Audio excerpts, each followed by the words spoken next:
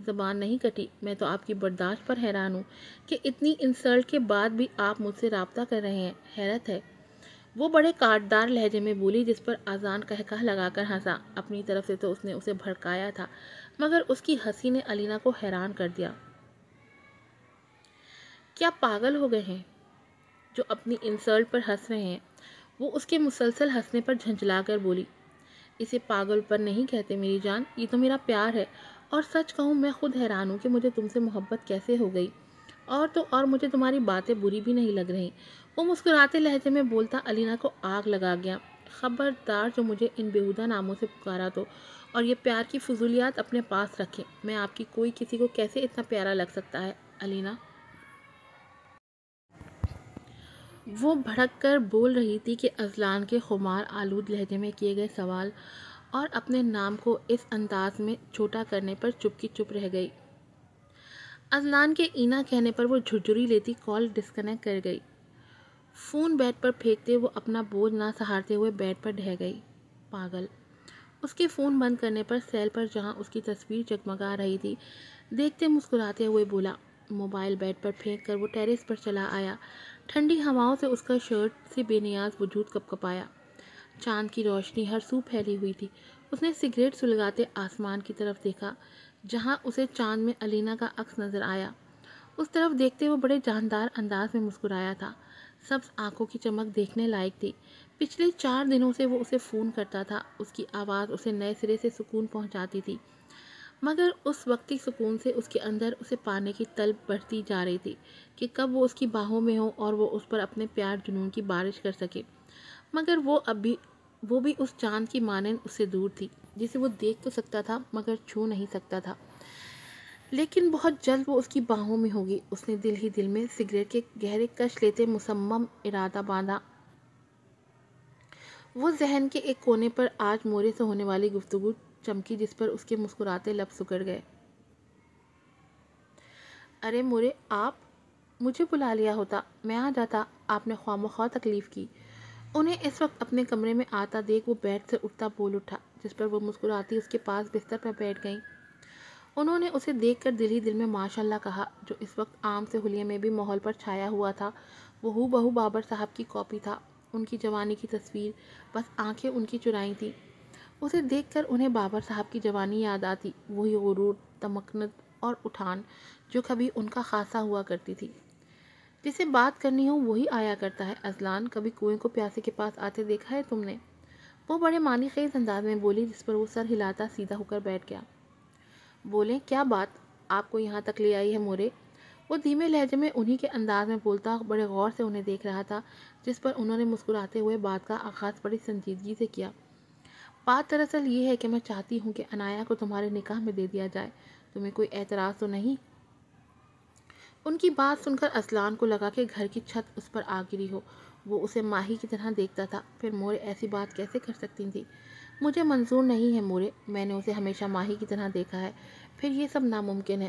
تمہید اگر انہوں نے نہیں باندھی تھی تو وقت اذلان نے بھی برباد نہیں کیا تھا۔ بڑے دو ٹوک انداز میں انکار کیا، جس پر عالیہ بیگم اس کے سرخ پڑتے چہرے کو دیکھنے لگیں۔ بہن ماننے سے کوئی بہن نہیں بن جاتا اذلان، ہمیں آپ سے اس بے وقوفی کی امید نہیں تھی۔ انہوں نے اس کے جواز کو ہوا میں اڑایا، جس پر وہ طیش میں آتا اٹھ کر کھڑکی کے پاس چلا آیا اور مٹھیاں بھینچ کر اپنے غصے کو قابو کرنے کی کوشش کی۔ جب بولا تو اس کا لہجہ بے حد سخت تھا۔ میں پھر بھی یہ شادی نہیں کروں گا مورے۔ وہ کون ہے جسے آپ عنایا پر فوقیت دے رہے ہیں؟ اس کے دو ٹوک انکار پر وہ چپتے لہجے میں بولی، جس پر ایک لمحے کو اذلان سن ہوا۔ بہت جلد ملواؤں گا آپ کو، بے فکر رہیں۔ خود کو کمپوز کر کے وہ ڈھرائی سے بولا، جس پر وہ ساکت ہو گئی۔ تاریخ کو مت دہرائیں اذلان، کیونکہ اس بار حویلی کے پاس کھونے کے لیے کچھ نہیں ہے۔ ان کے تھکے تھکے لہجے میں کہنے پر اس کی زبان تالو سے چپک گئی۔ وہ بڑی مشکل سے مڑا اور ان کی طرف دیکھا، جن کے چہرے پر ماضی میں ہوئے ظلم کی داستان رقم تھی،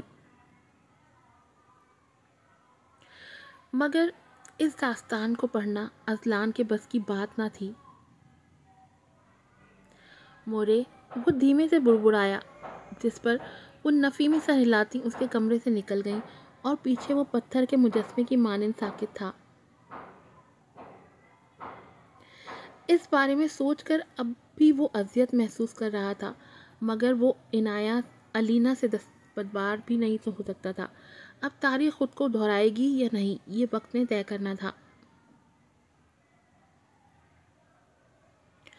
اور جو قسمت نے لکھا ہو وہ ہو کر رہتا ہے۔ بابی کی ہر روز آمد اور اس ایک ہی التجا پر زونی کب تک پتھر بنتی، آخر ہار گئی۔ پتھر پر بھی قطرہ قطرہ پانی گرے تو اس میں بھی شگاف پڑ جاتا ہے۔ یہ تو پھر اس کا نازک سا دل تھا جو عزت کا تمنائی تھا، اور جہاں سے عزت اور پیار ملے دل اسی جانب راغب ہو جاتا ہے۔ 3 مہینوں میں وہ ایک دوسرے سے تقریباً روز ملتے تھے۔ ناگا صرف تب ہوتا جب بابی اپنے گاؤں جاتا۔ وہ ہر روز گلشن بائی کو لاکھوں دیتا اس کے ساتھ رات گزارنے کی، اور وہ رات ان کی باتوں میں گزرتی۔ ابھی وہ بیڈ پر نیم دراز بابی کے پاس بیٹھی تھی، جس نے اس کا ایک ہاتھ اپنے سینے پر رکھ کے آنکھیں موند رکھی تھی۔ ہم کب تک اس طرح ملتے رہیں گے شاہ؟ آپ اپنے گھر والوں سے بات کریں نا، کیا پتہ وہ مان جائیں۔ وہ ایک بار پھر بولی، جو بات ہر روز کرتی تھی، جس کا ایک ہی جواب ملتا کہ آقا جان نہیں مانیں گے۔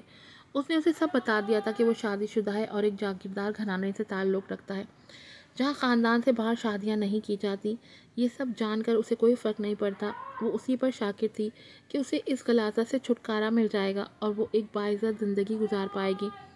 مگر گھر والوں کے نہ ماننے کی وجہ سے وہ ہر بار یہی کہتا کہ ہم نکاح کر لیتے ہیں، مگر وہ صرف یہ چاہتی تھی کہ سب کی دلی رضامندی سے شادی ہو۔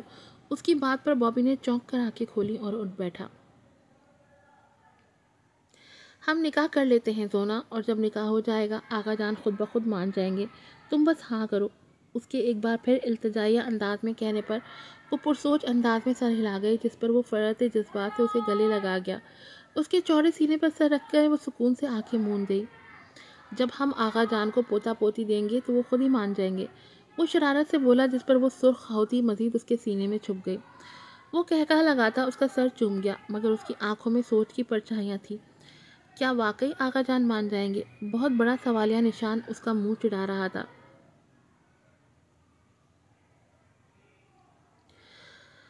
وسیع میدان میں لوگوں کا ایک ہجوم تھا، اور کیوں نہ ہوتا، آخر سردار ادیان شاہ کو دستار پہنائی جانی تھی۔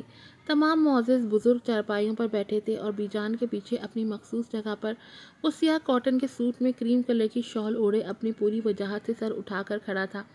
ان کی چارپائی کے دائیں طرف اذلان براؤن کاٹن کے سوٹ میں کریمی کلر کی چادر اوڑھے کھڑا تھا، اور بائیں طرف بابر صاحب سفید سوٹ میں کالی چادر اوڑھے کھڑے تھے۔ چارپائی پر بیجان سفید شلوار قمیض میں سر پر دوپٹہ اوڑھے بیٹھی تھی۔ دفتن وہ اٹھی اور ملازم کے ہاتھ لائی گئی دستار اٹھا کر ادیان کو سامنے آنے کا اشارہ کیا، جس پر وہ مضبوط قدم اٹھاتا ان کے مقابل آ کر ٹھہر گیا اور ہلکا سا جھکا، جس پر بی جان نے اس کے سر پر دستار رکھ دی اور اس کی پیشانی چوم کر گاؤں کے لوگوں سے مخاطب ہوئی۔ آقا ذوالفقار عالم شاہ کا پوتا اور اورنگزیب شاہ کا بیٹا سید ادیان شاہ آج سے پنچایت میں ہونے والے فیصلوں میں سے ایک سردار کی حیثیت سے فیصلہ کرے گا، اور مجھے یقین ہے کہ وہ انصاف پر مبنی فیصلے کرے گا۔ وہ پورے جاہو جلال سے گویاں ہوئی، جس پر تمام لوگوں نے ادیان شاہ کے نعرے بلند کیے۔ ہر طرف ادیان شاہ کا نام گونجتا سن کر بی جان کی آنکھوں میں نمی در آئی، جسے وہ محسوس کرتا انہیں اپنے سینے سے لگا گیا۔ وہ آقا جان، اورنگزیب، زہیب اور ماہم کو یاد کر کے روتی چلی گئیں، اور ادیان کی آنکھوں میں لہو در آیا۔ آج کی ایپیسوڈ یہیں پر ختم ہوتی ہے۔